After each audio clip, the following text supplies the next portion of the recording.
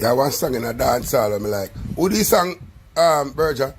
Red light, yellow light, pepper light, go. Red light, pepper light, blue. Don't like, me no like, me no like you. Where you go?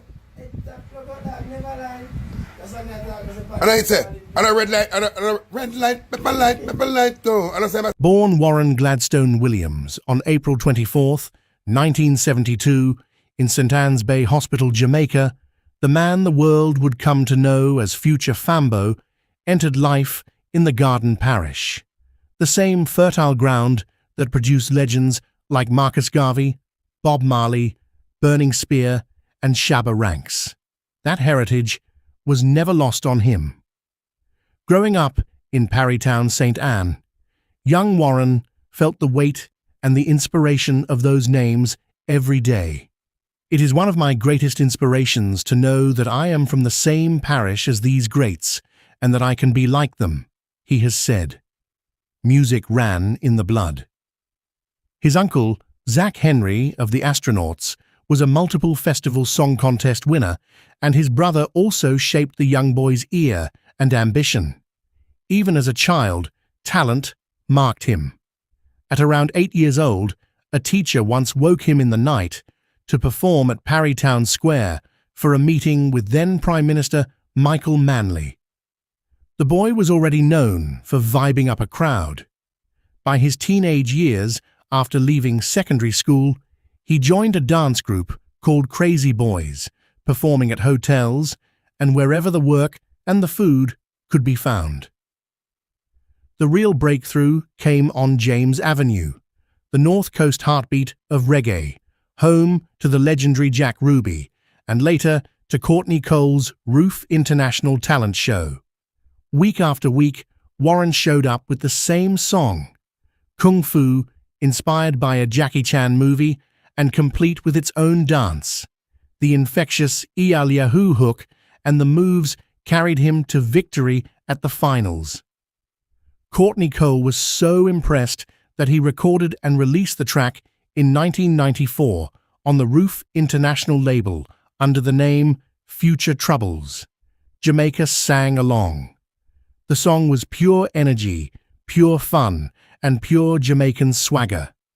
Suddenly, the young artist from St. Anne was in the thick of it.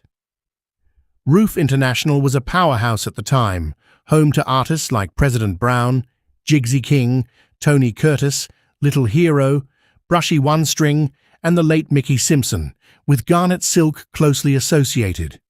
Future Troubles got his first major stage call at the White River Reggae Bash in 1994 and tore the place down. From there, the big shows followed: Reggae Sunsplash, Reggae Sumfest, Sting, and stages across Jamaica. He performed overseas in Japan, Canada, the United States, Europe, England, and throughout the Caribbean. Early singles appeared on labels like Shocking Vibes, Digital B, and Ghetto Youth Productions. In 1996, he linked with Bounty Killer for Killer Sound Boy on VP Records. He kept working, songwriting, production, collaborations, building the foundation while the industry moved fast around him. Hits kept coming under the Future Troubles name: Hong Kong Me Born, Lava Lava Gal, John Go Day, Matey No Wifey Secret, and How Many Girls with Beanie Man on the Grammy-winning Art and Life album.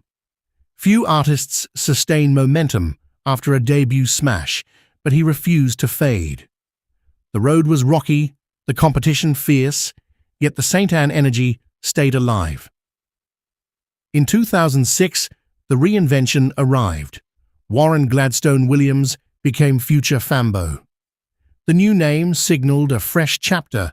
Tracks like Wrong Hall, sometimes styled Wrong Hail, and Forget About It, hit hard on the toughest rhythms of the moment. Produced by Left Side and Esco, with further heat from Steely and Clevey. The name change clicked. The vibe was sharper, the presence more defined. Fambo was ready for the next level. Then 2010 delivered one of the era's signature party anthems, Rum and Red Bull, with Beanie Man. The track captured pure good time energy, rum, Red Bull, living large, and became a dancehall staple that still moves crowds years later.